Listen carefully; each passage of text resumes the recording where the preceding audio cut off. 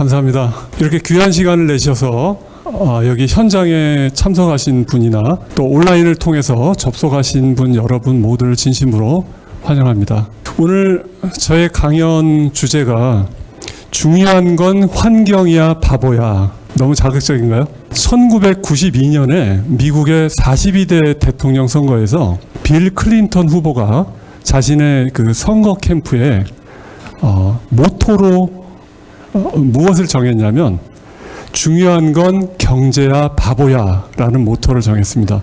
그래서 그 자신의 선거 운동원들이 마치 주문처럼 외우고 다니게 했거든요. 그래서 미국 사람들에게 경제의 중요성을 부각시켜서 그해 대통령 선거에 당선되게 됩니다.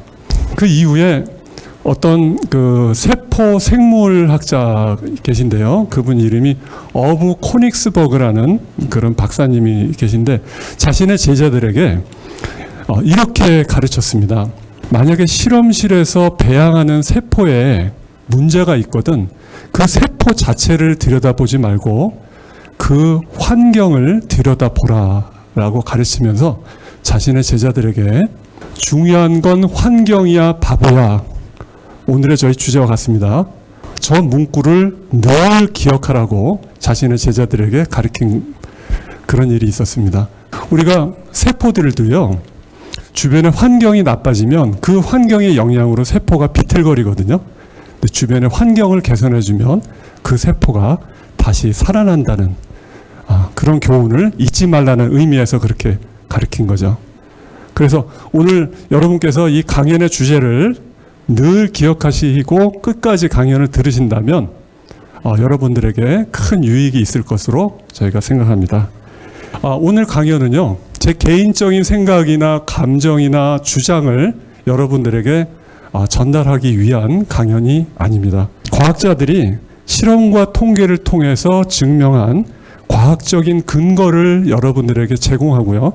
그 속에 담긴 의미를 여러분들께서 이해하도록 도와줌으로써 여러분들께서 향후에 어떤 치료를 받을 것인가를 선택할 때 도움이 되기 위한 그런 강연이 되기 위해서 저희가 준비했습니다. 어떤 환자분의 케이스를 하나 제가 가지고 나왔습니다. 어떤 분이 자신의 어머니께서 이제 암을 투병했던 그 일지를 아주 상세하게 기록한 내용이라서 제가 그걸 정리해서 가지고 왔습니다. 이 어머니께서는 처음에 허리가 아프셔서 병원에 이제 허리 CT를 찍으시러 갔다가 우연히 오른쪽 폐 하단 부위에 4.5cm의 종양을 발견하신 거죠.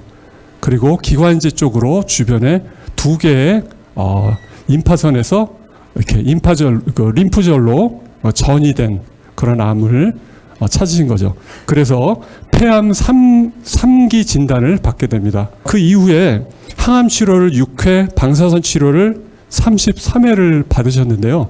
그 치료 효과가 너무 좋았습니다. 그래서 병원에서는 암이 거의 사라졌다는 진단을 받으신 거죠. 그래서 그분 표현에 의하면 검사 결과를 듣고 나오시면서 노래를 흥얼거리고 부를 정도로 그렇게 치료 결과가 좋았다라고 그 글은 얘기해 줍니다. 근데 채 2달이 지나지 않아서 이제 어머니께서 두통과 어지럼증을 느끼신 거예요.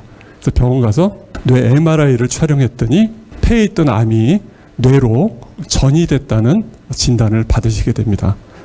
그리고 몇 달 뒤에는 사라졌던 기관지 림프절에 종양 2개가 사라졌던 것이 다시 나타난 거죠, 사진상에. 그래서 폐암이 재발되었다라고 진단을 받으셨습니다. 그런데 흥미롭게도 맨 처음 폐암을 치료할 당시에는 그 약이 기가 막히게 치료 효과가 좋아서 눈에 거의 안 보일 정도로 암이 줄었는데 이번에는 완전히 다른 상황이 발생된 거죠. 암 치료 효과가 전혀 없었던 거죠. 오히려 암 크기가 더 커지게 됩니다. 이게 무엇을 의미합니까? 항암 치료에 내성이 생긴 거죠. 결국 이 어머니께서는 몇 달 지나지 않아서 병원에서 더 이상 치료 방법도 없고 치료 계획도 없다는 우리가 말기암 진단을 이게 받으시게 되는 그런 안타까운 그런 경우입니다. 그런데 저희가 주변에 보면 이런 거의 동일한 패턴을 따라가는 분들이 매우 많으세요.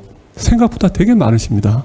자, 그러면 이렇게 암이 재발되고 전이 되고 또 재발되거나 전이 된 암이 처음엔 들었던 암 치료가 왜 나중에는 듣지 않으면서 항암 치료에 내성이 생기게 됐는지 그 이유에 대해서 한번 오늘 찾아보도록 하시겠습니다. 그 모든 원인의 중심에는 바로 이 세포 때문입니다. 암줄기세포라는 세포인데요. 이 암줄기세포에 대해서 처음 언급하신 분은 이 독일의 병리학자신데 1877년도에 암줄기세포의 존재에 대해서 처음 얘기하십니다. 그 이후에 많은 과학자들이 암줄기세포를 연구를 해왔고요. 비교적 최근에는 2003년도에 이 스탠포드 대학의 어떤 교수가 유방암에서 암줄기세포를 발견합니다. 그리고 그 특징을 발견했는데요. 일반 암세포는 증식하거나 전이하는 능력이 없는데 암줄기세포에게만 그런 능력이 있다는 점을 공식적으로 이분이 발표하게 됩니다. 줄기세포 여러분 많이 들어보셨죠? 자, 어머니 뱃속에서 우리가 세포가 하나였을 때 세포 하나가 분열하면서 세포 두 개가 되죠. 두 개가 네 개가 되죠. 이렇게 세포들이 점점 증식합니다. 근데 우리 몸에는 대략 한 200여 종류의 그런 기능과 모양이 다른 세포들이 존재합니다. 이렇게 세포들은 증식이 될 뿐만 아니라 내 몸에 필요한 세포로 변하죠. 그래서 오장육부를 만들게 되고 뼈를 만들게 되고 피부를 만들게 되고 적혈구나 백혈구 같은 이런 혈구세포들을 만들게 됩니다. 이 모든 것들은 누가 하는 역할이다? 바로 배아줄기세포, 줄기세포가 하는 역할입니다. 자, 그렇다면 우리가 이 점을 통해서 줄기세포의 두 가지 특징을 배울 수 있죠. 첫 번째는 줄기세포는 스스로 재생하는 능력이 있다는 거죠. 어떻게 그렇게 합니까? 세포 하나, 줄기세포가 있으면 이 세포 하나가 분열해서 두 개가 됩니다. 그 중에 만들어진 세포 하나는 필요한 세포로 변하게 되죠. 간세포가 필요하면 간으로 변하게 되고 뼈가 필요하면 뼈세포로 변하고 신경이 필요하면 신경으로 변하죠. 나머지 하나는 그대로 줄기세포 형태로 있게 되는 거죠. 이런 방식으로 무한대로 증식할 수 있는 능력을 갖고 있습니다. 또한 그 적시적절한 때에 필요한 정상세포가 분화시킬 수 있는 그런 세포를 만들어야 되는 능력을 갖고 있는 거죠. 그게 바로 줄기세포예요. 근데 한번 생각해 보세요. 자, 우리가 이제 성인이 됐습니다. 다 컸습니다. 자, 그러면 우리 몸속에 있는 줄기세포가 싹 없어지나요? 그렇지 않죠. 왜냐하면 우리가 살다 보면 조직이 손상되는 경우가 있습니다. 장기가 손상될 수도 있고 뼈가 부러지거나 살이 찢어질 수도 있거든요. 그러면 상처난 세포를 청소를 하고 그 부위를 깨끗한 세포로 가서 이렇게 덮어줘야 됩니다. 그래야 그 상처가 아물게 되고 낫게 되죠. 그런 목적을 가지고 우리 인체는 몸 구석구석에 줄기세포를 조금씩 남겨놓게 됩니다. 자, 그러면 여러분 암줄기세포는 뭔가요? 암줄기세포는 2006년도에 미국의 암학회에서는 암줄기세포를 이렇게 정의합니다. 스스로 재생하는 능력을 갖고 있고요. 모든 종류의 정상세포가 아니라 모든 종류의 암세포를 만들 수 있는 능력을 가진 세포, 그것을 암줄기세포라고 정의를 합니다. 그러니까 암줄기세포는 내가 간암이면 간암세포를 만들어내고요. 폐암이면 폐암세포를 만들어내는 능력을 갖고 있는 그런 세포입니다. 그리고 그 암줄기세포에는 또 다른 두 가지 특징이 있습니다. 뭐냐면 전이할 수 있습니다. 원바람을 떠나서 다른 곳으로 가서 똑같은 덩어리를 만들 수 있는 그 전이 능력을 갖고 있죠. 그 다음 어떤 능력이 있냐면 항암 치료의 내성을 갖고 있습니다. 문자 그대로, 말 그대로 우리가 받고 있는 모든 치료의 내성을 갖습니다. 이게 말로만 들어도 정말 무시무시한데요. 암줄기세포가. 그러면 암줄기세포는 어떻게 생기는 건가요? 그게 왜 생길까요? 그 점을 한번 저희가 생각해 보도록 하시겠습니다. 첫 번째, 아까 맨 처음 들으셨지만 우리 몸의 조직 구석구석에는 이렇게 줄기세포가 남겨져 있습니다. 왜? 거기 상처가 났을 때 그 조직에 이렇게 상처 치유를 위해서 남겨져 있거든요. 그런데 여기 보시다시피 그 주변 환경이 건강할 때는 그 줄기세포도 계속 건강한 상태를 유지하게 되고 건강한 세포를 만들어내게 되죠. 그런데 만약에 그 줄기세포가 있는 환경이 암을 발생시키는 환경이 되었다라고 한번 생각해 보시죠. 예. 만성염증이 있거나 그런 환경이면 이 정상적인 건강한 줄기세포가 어떻게 변합니까? 그 영향을 받아서 자기의 유전형질을 바꾸면서 암 줄기세포로 변한다는 얘기죠. 암 줄기세포는 어떤 세포를 만들어내나요? 다양한 종류의 암세포를 만들어낼 수 있다는 겁니다. 자, 이 그림은 이제 그 과정을 이제 조금 설명을 해 놓은 건데요. 우리 왼쪽 상단에 보면 그 종양이, 암이 살고 있는 마을이 보입니다. 저거를 전문 용어로는 종양 미세 환경이라고 얘기하는데요. 정말 다양한 그런 세포들이 살고 있는데 저 안에는 정말 그 건강한 정상적인 세포들이 살기 힘든 환경이 있습니다. 늘 만성적으로 염증이 있는 상태고요. 산소가 극도로 부족한 환경이고요. 그 다음에 주변에 있는 백혈구들이 전부 탈진되어 있는 상태고요. 그 다음에 대사적으로도 정상적인 그 영양물 대사를 하지 못하는 그런 마을이거든요.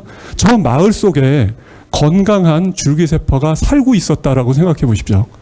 그러면 건강한 상태를 유지할 수가 없는 거죠.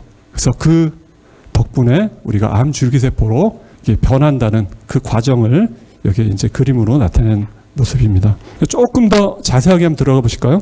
우리 세포들은 주변의 환경 자극이 오면요, 세포 벽에서 어떤 그런 자극이 들어오면 그걸 그 신호 경로를 통해 갖고 그 신호를 내가 갖고 있는 유전자까지 전달하게 됩니다.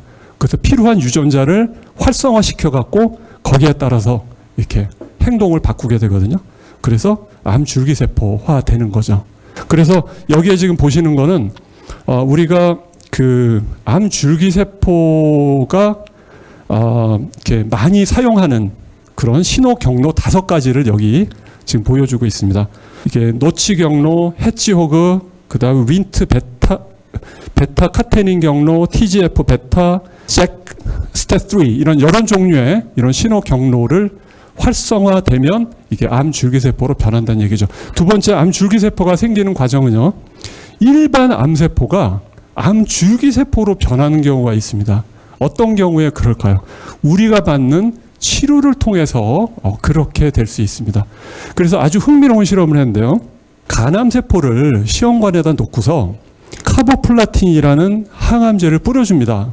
근데 이게 너무 강하게 뿌려주니까 세포들이 죽죠. 그러니까 세포들이 죽지 않을 정도의 농도를 약간 달리해 갖고 뿌려줘 봤습니다. 그랬더니 거기에 살고 있는 일반 암세포들이 어떤 모습으로 변하게 되냐면 시간과 농도에 비례해서 얘네들이 암 줄기세포의 성질을 나타내기 시작하는 거죠.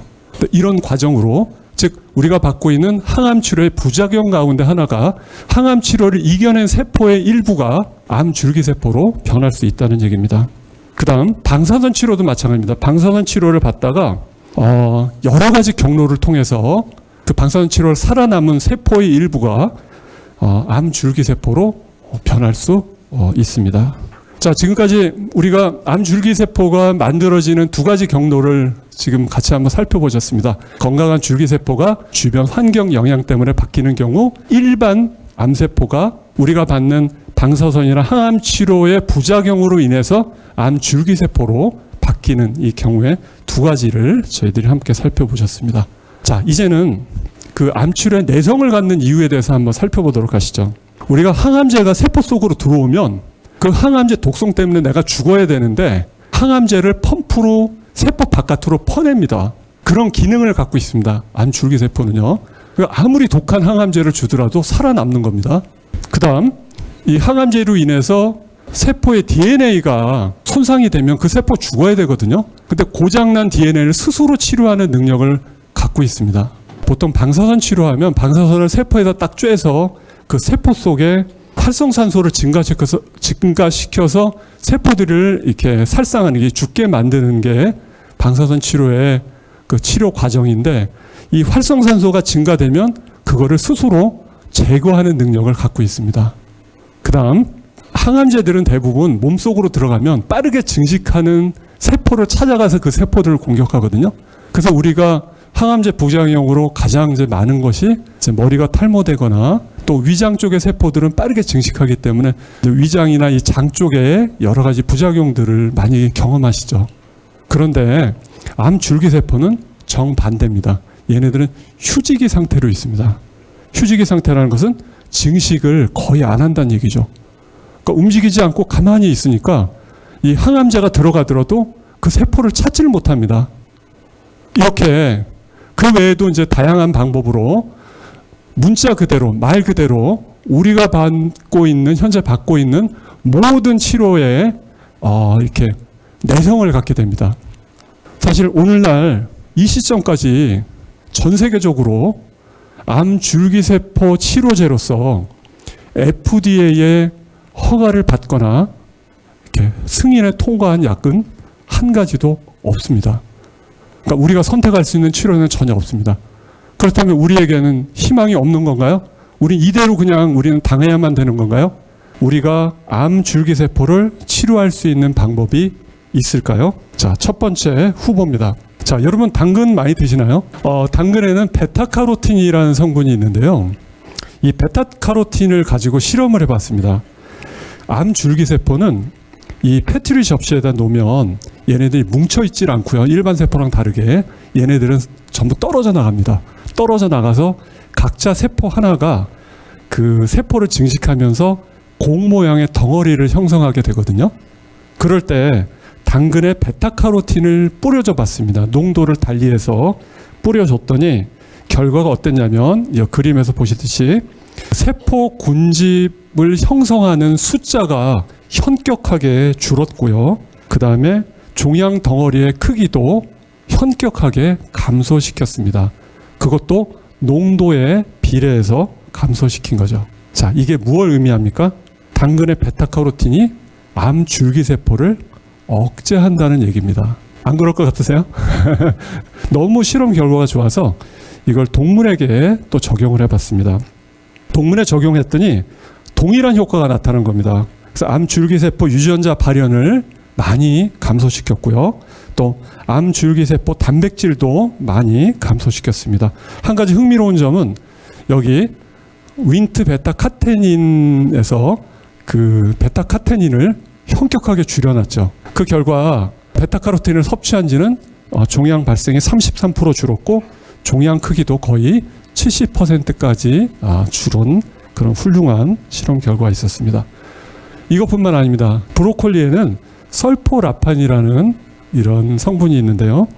자, 이 성분을 갖고 똑같은 실험을 했습니다. 시험관에다가 암 줄기세포를 이제 놓고 거기다 설포라판을 뿌려줬더니 농도에 비례해서 농도가 높으면 높을수록 훨씬 억제 효과가 좋았습니다.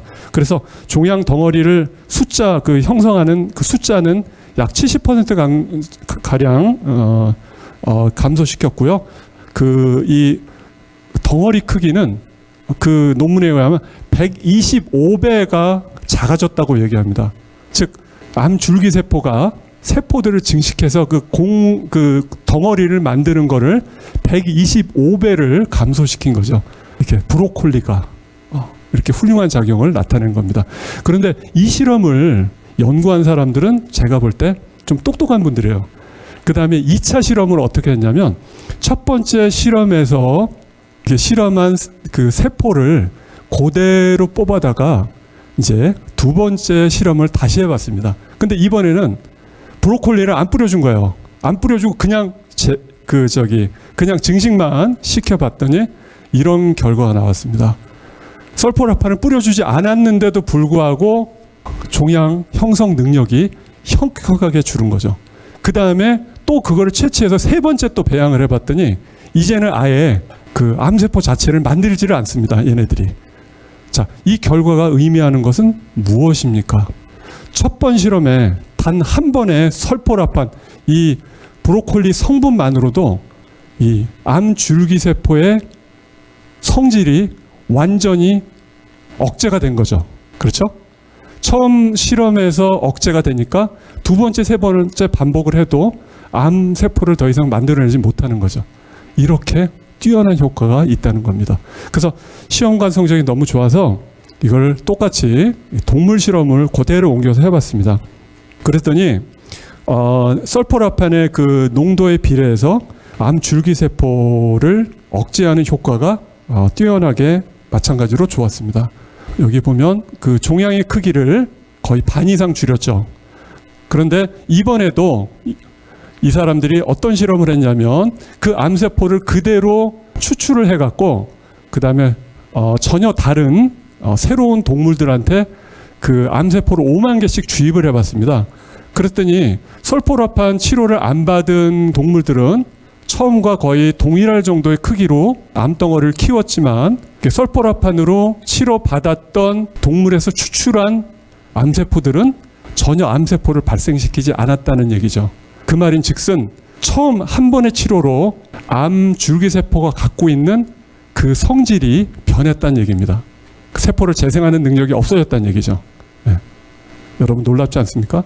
차의과대학의 저희 박건영 교수님께서 자연드림에서 재배한 우리 당근하고 브로콜리하고요, 일반 그냥 유기농 재배한 그런 제품들을 이렇게 수집해갖고 그 속에 있는 활성 성분들을 검사를 해봤더니 대부분 실험에서 우리 자연드림 농법으로 재배한 브로콜리나 당근의 항암 및 항염증 효과가 이렇게 높았습니다. 또 일부 물질의 경우에는 유기농 이런 제품에 비해서 거의 2배 가까이 좋은 결과가 있었습니다. 이거는 실험뿐만 아니라 이걸 동물 실험을 했거든요. 동물 실험을 해서 특히 그 대장암을 갖고 있는 실험 동물에게 실험을 했더니 확실히 그 자연드림 브로콜리나 당근을 먹은 쥐들의 암이 훨씬 더 이렇게 적어지는 그런 훌륭한 결과가 있었습니다. 그래서 결과가 너무 좋아서 4차례에 걸쳐서 국제학술지에 게재되는 그런 일이 있었습니다. 그래서 여러분께서 이왕 내가 당근과 브로콜리를 드신다면 자연드림 농법으로 이렇게 항암 성분을 높인 자연드림 제품을 많이 애용해 주시면 좋겠다, 이런 말씀을 드리고 싶습니다. 물론 이 당근을 먹었을 때 실험용 동물과 쥐와 또 사람은 또 대사 과정도 다르고 또 살고 있는 환경도 다르기 때문에 우리가 100% 적용할 수는 없지만 그냥 흥미 삼아서 제가 그렇게 해봤더니 당근을 하루에 매일 100g 이상 먹을 때 그 실험 동물들이 나타내는 그런 효과를 우리가 얻을 수 있거든요. 그래서 100g을 집에서 제가 재봤습니다. 어느 정도 되는지 쟀더니 중간 크기의 당근의 한 반 개 정도입니다. 많지도 않죠. 네. 그래서 여러분들은 아마 그 당근이나 이런 그 채소나 야채를 많이 드실 텐데요. 그래서 하루에 당근 한 100g 이상, 반 개 이상은 내가 꼭 드신다라고 드시면 이제 많이 아무래도 도움이 되지 않을까 이제 그렇게 생각합니다. 암 줄기세포를 억제하는 좋은 약재들이 많이 있는데요. 오늘은 그 가운데서 인삼에 대해서만 한 가지만 한번 살펴보도록 하시겠습니다. 인삼에는 대략 50여 가지의 진세노사이드 성분이 있거든요. 그리고 그 성분 가운데 일부는 내가 이렇게 장으로 들어가서 장내 미생물에 의해서 새로운 활성 물질로 만들어집니다. 그 대표적인 것이 컴파운드 K라는 물질인데요. 이런 실험이 있었습니다. 인삼 성분 중에 RB1하고 컴파운드 K를 암 줄기세포에다가 뿌려줘 봤습니다. 그랬더니 어떤 결과가 있었냐면 그 암 줄기세포의 종양 덩어리 개수가 현격하게 줄었고요. 그 다음에 암세포 생존 능력도 많이 감소하는 이런 결과가 있었습니다. 자, 이번에는 암 줄기세포는 항암제의 내성을 띠거든요. 그래서 여기 보시면 시스플라틴하고 파클리탁세일이라는 항암제가 있는데 암 줄기세포에 또 뿌려줬어요. 뿌려줬더니 종양 덩어리 숫자가 아무 약도 주지 않은 것하고 똑같은 거예요. 결국은 이게 무슨 말이냐면 항암제를 써도 전혀 약발이 없다는 얘기죠. 약발을 안 받는다는 얘기입니다. 그런데 또 어떤 시험관에는 항암제와 함께 더불어서 그 인삼 성분을 같이 뿌려줬습니다. 그랬더니 이런 놀라운 결과가 나오는 거예요. 종양 형성 숫자가 이렇게 현격하게 감소하는 겁니다. 자, 여러분, 이 결과를 어떻게 해석하시겠습니까? 암 줄기세포는 항암제만 들어갔을 때는 거기에 내성을 띠는데요. 인삼 성분을 같이 넣어주니까 이 인삼 성분이 암 줄기세포가 갖고 있는 그 내성 그 성질을 감수성 있는 상태로 바꿔주는 겁니다. 근데 같이 쓰니까 얘가 성질이 바뀌면서 항암제 들어온 거에 약발이 받기 시작하는 거예요. 그 다음에 인삼 성분 가운데 이 컴파운드 K라는 성분은 암 줄기세포 전이를 이제 억제하는 그런 성질도 있었습니다. 이게 실제로 사람에게 썼을 때 또 그런 효과가 있을까요? 아주 유명한 실험입니다. 고려대 의대에서 이런 실험을 했습니다. 위암 3기 환자분들을 이렇게 수술을 하고요. 그 이후에 6개월간 항암 치료를 하는데 환자를 두 그룹으로 나눴습니다. 그래서 한 그룹은 홍삼 분말을 매일 4.5g씩 캡슐에 넣어서 나눠줘서 매일 복용하도록 했고요. 다른 한 그룹은 아무것도 안 줬습니다. 그렇게 6개월간 홍삼을 먹게 한 이후에 항암 치료 받는 동안에 먹게 한 이후에 그분들이 5년 동안 생존율을 조사를 해봤습니다. 자, 이렇게 놀라운 결과가 나왔습니다. 첫 번째 보시면 재발이나 전이 없는 5년 생존율. 그러니까 5년 동안 재발도 안 되고 전이도 안 돼요. 완벽하게 이분은 재발 없이 생존하신 분이에요. 홍삼을 먹은 그룹이 2배 이상 높았죠. 그 다음에 옆에 있는 그래프는 뭐냐면 이거는 이제 재발되기도 하고 전이 되기도 했지만 어쨌든 5년 이후에 살아계신 숫자입니다. 이것도 대략 한 2배 가까이 높았습니다. 그리고 흥미롭게도 이 논문을 자세히 읽다 보면 뭐라고 얘기를 나오냐면 홍삼은 암의 재발과 전이를 현저하게 낮췄다. 그리고 부작용이 전혀 없었다라고 논문에서 얘기합니다. 되게 흥미롭지 않습니까? 자, 여러분 이 시점에서 참 이 점에 대해서 한번 생각해 보시면 좋을 것 같습니다. 이 암 줄기세포를 억제하기 위해서 그렇게 세계적인 굴지의 대형 제약회사들이 그 약을 개발하기 위해서 혈안이 돼서 지금 많은 돈과 시간과 노력을 투여해서 지금 하고 있는데, 그러면 대부분의 이런 그 제약회사들이 개발하는 약물들은 화학물질 가운데서 그 치료제를 찾으려고 하거든요. 그러다 보니까 아직 적당한 약물을 찾지를 못한 겁니다. 자, 그러면 화학물질이 치료제로 나왔을 때 어떤 문제점들이 있는지 두 가지로 설명드릴 수 있습니다. 첫 번째는 뭐냐면 대부분의 이렇게 화학물질들이 우리 몸속에 들어가서 암 줄기세포를 억제한다 그러면 아까 보셨지만 한 가지 또는 두 가지의 신호 경로를 차단하는 방식으로 줄기세포를 억제하려고 시도합니다. 화학물질들은 단순하잖아요. 그렇죠? 분자 구조가. 근데 우리 몸의 정상적인 세포들은 세포 하나가 그런 신호 경로를 몇 가지를 운영하고 있는지 아십니까? 100가지 이상을 운영합니다. 한두 가지가 그 약물에 의해서 차단되더라도 금방 다른 신호 경로를 사용하기 때문에 그 암 줄기세포를 완전히 억제하는데 어느 정도 한계가 있을 수 있습니다. 또 한 가지 문제는 아까도 말씀드렸지만 이 약물들은 혈액을 통해서 온몸에 작용하기 때문에 암세포에도 그게 작용하지만 정상세포에 작용하면서 이런 안전성 문제가 있을 수 있습니다.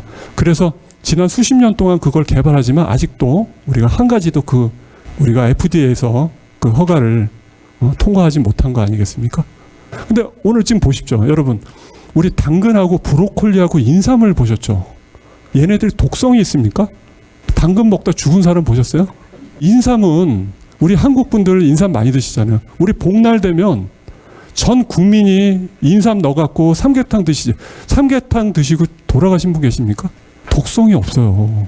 오늘 아침에 제가 집에서 책을 읽다가 아주 흥미로운 제가 연구 결과를 이제 봐서 오늘 꼭 얘기해야 되겠다 그러고 왔습니다. 뭐냐면 2024년에 나온 논문인데요. 12명의 그 비뇨기 쪽의 암 전문가들이 이분들이 야심찬 연구를 했습니다. 뭐냐면 신장암, 콩팥에 있는 암을 채취해서 그거에 그 유전자를 분석하는 걸 했어요. 그랬더니 유전자 이상을 이제 찾아냈더니 그 중에 1124개의 불량 유전자가 발견이 된 겁니다. 변이된 이런 고장난 유전자를 발견을 한 거예요. 근데 생각보다 그 유전자 개수가 많죠. 변이된 유전자가. 그래서 그 다음에 두 번째 실험을 이 사람들이 뭘 했냐면, 그러면 이 유전자를 발견했으니까 이 유전자를 치료할 수 있는 우리 약품을 개발하자. 그래서 또 연구를 했습니다. 그래서 어떤 방식으로 연구를 했냐면 치료 효과가 있을 것이라고 생각되는 60여 가지의 물질을 갖고 그거를 치료제를 개발을 한 거예요. 그 중에는 기존에 우리가 사용하는 병원에서 사용하는 이런 항암제도 그 중에 포함되어 있었고요. 그런데 그 결론이 뭐라고 나왔냐면 우리가 그 60가지 중에 발견한 가장 효과 있는 치료 물질은 레스베라트롤이다 라고 결론을 내립니다. 여러분 레스베라트롤이 어떤 물질인지 아십니까? 포도하고 땅콩에 또 체리에 들어있는 성분입니다. 여러분 어떻게 생각하십니까? 우리가 음식으로 먹는 이런 당근과 브로콜리와 인삼이나 이 땅에서 자란 이런 식물들이 갖고 있는 그 잠재력이나 효과를 절대 과소평가하지 마시기 바랍니다.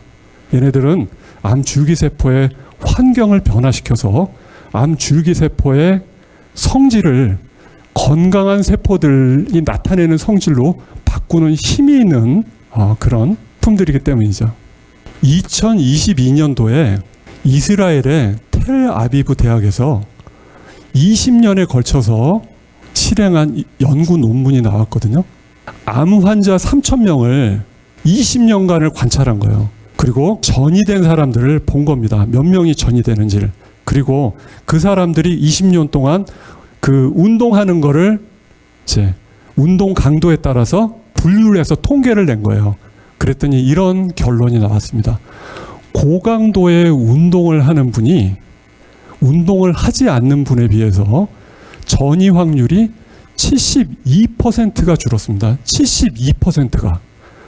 72%가 전이가 안 된 거예요. 운동을 열심히 하시는 분들이, 고강도 운동을 하시는 분들이. 우리가 생각해 볼 질문은 이겁니다. 자, 운동이 어떻게 전이를 예방할 수 있었습니까? 그 72%를. 운동을 하면 몸에서 독소가 나옵니까? 독소가 나와서 뭐 전이하는 세포들을 죽이나요? 자, 여러분들 답 다 알고 계시죠? 문제는 환경입니다. 내가 운동을 함으로써 그분의 몸의 환경이 개선된 겁니다. 암이 전이될 환경을 만들어주질 않으니까 전이가 안 되는 겁니다. 자, 여러분 운동의 중요성에 대해서 다시 한번 인식하게 되시죠? 그래서 여러분 매일같이 추운데도 불구하고 열심히 운동하시는 건 제가 잘 알고 있습니다. 여러분 훌륭한 일을 하고 계시는 겁니다. 이렇게 우리가 운동만 고강도로 열심히 하셔도 우리가 전이를 예방할 수 있고요. 우리 암 사망의 90%는 대부분 전이 때문에 옵니다. 우리가 비록 내가 암이 있더라도 이렇게 내 건강을, 내 생명을 잘 지킬 수 있는 가장 훌륭한 방법 중에 하나가 바로 운동이라는 점을 다시 한번 강조해서 말씀드립니다. 자, 지금서부터는 이제 저희 강연의 이제 결론 부분으로 저희가 들어갑니다. 자, 여기 그림을 보시면 가운데 이게 보라색 세포가 암 줄기세포거든요. 근데 주변에 정말 수없이 다양한 종류의 세포들이 지금 주변에 있습니다. 서로 이 화살표처럼 진짜 어떻게 설명을 이게 다 하지 못할 정도로 복잡하게 서로 그 연관관계를 맺으면서 이런 환경 속에서 살고 있거든요. 그런데 이 암 줄기세포들이 살고 있는 환경은 여기 보시듯이 만성 염증이 있고 면역이 억제돼 있고 산소가 부족하고 또 대사가 엉클어져 있는 비정상적인 대사가 일어나고 있는 환경에서 저희가 암 줄기세포가 살고 있는 거죠. 자, 여러분 인생도 똑같습니다. 여러분이 인생을 살면서 중요한 결정들을 내릴 일이 많으시죠. 내가 어떤 대학을 가고 내가 어떤 직업을 갖고 또 어떤 배우자랑 결혼하는지 이런 인생의 결정을 내릴 때 여러분은 어떻게 결정하십니까? 여러분이 태어나면서부터 정해져 있는 대로 결정하십니까? 아니죠. 우리는 중요한 결정을 내릴 때 주변 환경의 영향을 많이 받습니다. 우선 내가 사랑하는 우리 가족들이 있죠. 그 가족들, 내 친구들, 학교 선생님들의 조언을 우리는 듣습니다. 그리고 당시에 내가 살아가고 있는 그런 사회 환경이나 경제 환경을 고려하지 않을 수 없습니다. 그러면서 중요한 결정을 내리면서 살아가는 거죠. 자, 여러분 이 그림에서 보시는 암 줄기세포는 쟤는 태어나면서부터 암 줄기세포였습니까? 아니죠. 주변에서 계속 이렇게 나쁜 환경으로 나쁜 영향을 받는 과정에서 암 줄기세포의 그런 특징을 이렇게 얻게 된 거죠. 여러분 우리 인생도 그렇지 않습니까? 어떤 분들은 어렸을 때 아주 불우한 환경에서 자란 분이 계세요. 살다 보니까 잘못돼서 이제 범죄 조직에 발을 담그게 되고 그러다가 이 감옥에 가시는 분도 계시죠. 그런데 감옥을 나왔는데 우연히 아주 좋은 배우자, 좋은 사람을 만나서 결혼을 하고 또 주변에 좋은 분들의 도움을 받고 내가 또 행복한 가정을 꾸며서 이렇게 살게 되고 그러면서 이 사람이 변하기 시작합니다. 그래서 사회에 도움이 되는 사람이 되고요. 또 어떤 분들은 사회를 위해서 봉사하는 성직자로서 살아가는 분들도 많이 계십니다. 암 줄기세포도 마찬가지입니다. 암 줄기세포도 주변의 환경을 좋은 환경으로 바꿔주면 자신이 갖고 있는 나쁜 성질을 버리고 정상세포가 갖고 있는 좋은 성질을 되찾는 모습을 우리는 오늘 강연을 통해서 배우셨습니다. 자, 그러면 우리가 우리 몸의 환경을 개선할 수 있는 방법이 어떤 방법들이 있을까요? 정말 다양하게 너무 많은 방법이 있습니다. 그렇지만 제가 딱 4가지만 들고 나왔는데요. 자, 우리 몸 인체를 보면 맨 위가 머리가 있죠. 네, 머리가 뭐 하는 데죠? 생각하고 감정을 느끼고 스트레스 받고 그런 부분이죠. 그래서 스트레스를 잘 이렇게 해소하는 능력을 배우셔야 됩니다. 그래서 마음의 평화를 잘 유지할 수 있는 이런 마음을 잘 챙기는 것, 이것이 우리의 그 환경을 개선하는데 아주 중요한 문제입니다.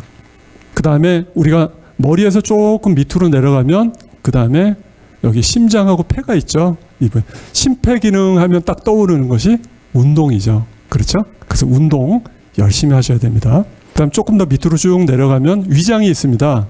자, 위장으로 우리 뭐 하죠? 우리 먹죠.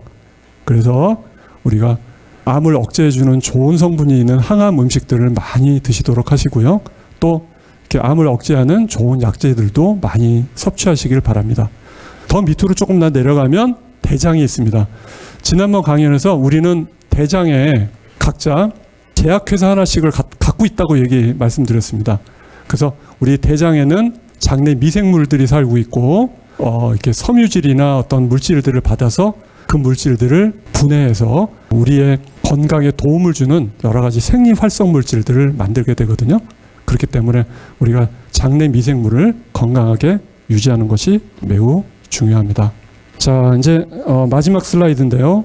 많은 전문가들이 암을 연구하다 보니까 이런 이제 결론에 다다르게 됩니다.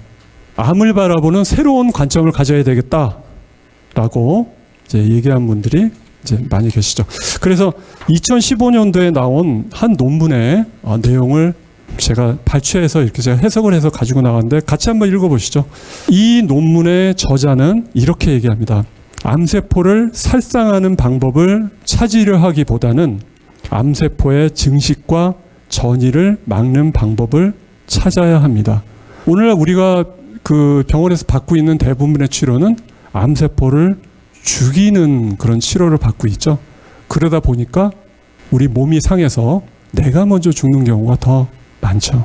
그래서 그렇게 하기보다는 우리가 암세포의 증식과 전이를 막는 방법, 즉 암 줄기세포를 억제하는 방법을 찾아야 됩니다. 이런 뜻이죠. 계속 읽어보시면 암과 싸우다 죽는 것보다 암과 더불어 사는 것이 더 낫기 때문입니다. 라고 이 논문의 저자는 얘기합니다. 마지막 이제 결론입니다.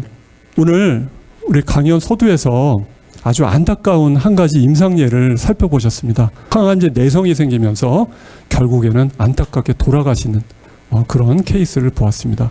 그런데 더 안타까운 것은 이러한 동일한 패턴을 따라가는 분들이 너무 많습니다. 그럼 그 이유가 무엇입니까?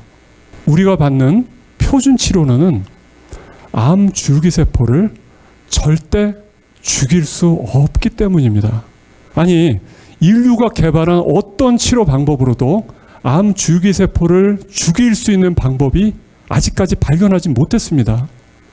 그런데도 불구하고 많은 분들이 절대 죽일 수 없는 이 암 줄기세포를 죽이려고 그 독한 항암 치료를 받다가 그 독성으로 인해서 내가 먼저 돌아가시는 그런 안타까운 경우들을 많이 보게 됩니다. 그런데 오늘 우리는 암 줄기세포를 억제할 수 있는 한 가지 단서를 발견했습니다. 그것이 뭔가요? 암 줄기세포가 살고 있는 주변 환경을 개선해 주게 되면 암 줄기세포는 자기가 갖고 있는 암 줄기세포로서의 나쁜 형질을 버리고 건강한 세포의 형질을 되찾는다는 점입니다. 그러므로 현재 여러분께서 병원에서 치료를 받고 계신 분이건 아니면 병원 외에서 치료 방법을 찾는 분이건 간에 늘 꼭 이거를 기억하시면 좋겠습니다. 오늘의 주제가 뭐죠? 문제는 환경이다라는 점을 꼭 잊지 마시기 바랍니다. 1992년도에 미국 42대 대통령 선거에서 빌 클린턴은 문제는 경제야 바보야 이 모토를 들고서 그해 대통령 선거에서 승리할 수 있었습니다. 자, 우리 모두도 문제는 환경이야 라는 이 모토를 늘 기억하셔서 암과의 전쟁에서 꼭 승리하시기를 바랍니다. 감사합니다.